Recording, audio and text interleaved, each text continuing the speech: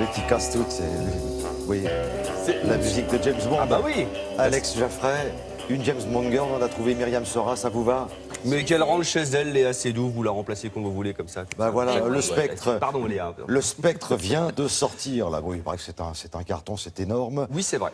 On se pose des questions, on vient d'en parler avec Patrice Romden, qui va remplacer Daniel Craig, on ne sait pas encore. On est sur le casting. Enfin, moi, j'ai envoyé mon CV. Hein, voilà. La réponse très bientôt. Oui. Nous, ce qu'on aimerait connaître, c'est l'histoire de cette musique-là qu'on vient Ouais. d'entendre, ce thème. Alors déjà, c'est le 24e James Bond. Vous imaginez qu'il y a une pléiade de compositeurs qui se sont succédés. Le compositeur sur ce 24e, c'est le même que sur le 23e, c'est Thomas Newman, un immense compositeur. Pour vous dire, il est tellement immense que c'est lui qui a succédé à John Williams. Le dernier, Steven Spielberg, c'est Thomas Newman qui a fait la musique, parce que Williams était un petit peu fatigué. Voilà. Le garçon qu'on voit ici, c'est Monty Norman. Monty Norman, c'est qui? C'est le garçon qui a composé le thème de James Bond. Bah oui, parce qu'on pense que c'est John Barry, parce que John Barry, il a fait une douzaine de films, mais c'est pas John Barry, il a arrangé le thème. Le compositeur du thème, c'est Monty Norman. Et vous allez voir, après, il y aura un petit sujet. Si jamais vous avez oublié le thème de James Bond, on imagine que vous ayez été cryogénisé pendant ces 50 dernières années, et je reviens. vous vous réveillez, oh, voilà, vous sortez d'un long coma, genre hibernatus, et ben voilà, je vous ai fait une petite pléiade, un best-of de gens très connus d'Anti Sinatra sur les bassets qui chantent le thème. Écoutez bien si jamais vous l'aviez oublié. Dum da da dum dum da da da dum da da dum dum da da da Dum ba-dum da da dum boom.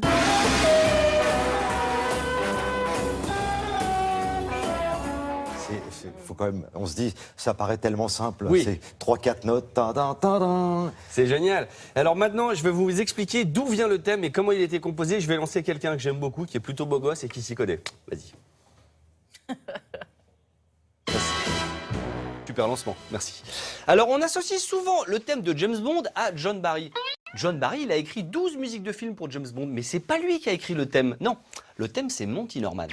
Monty Norman avait écrit un thème pour une comédie musicale indienne dans les années 60. Et ce thème s'appelait Good Sign, Bad Sign. On écoute ?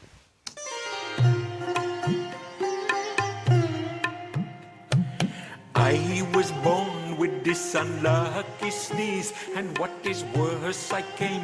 Mais oui, c'est le thème de James. Un peu indien, c'est vrai.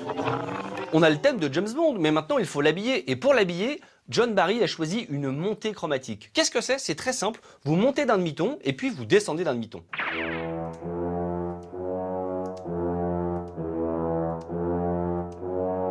C'est une très bonne idée cette montée chromatique, mais c'est pas John Barry qui l'a eu. Oh non, c'est Artie Shaw. Artie Shaw, il a écrit un morceau en 1938 qui s'appelle Nightmare. Et écoutez bien l'intro, c'est la même chose.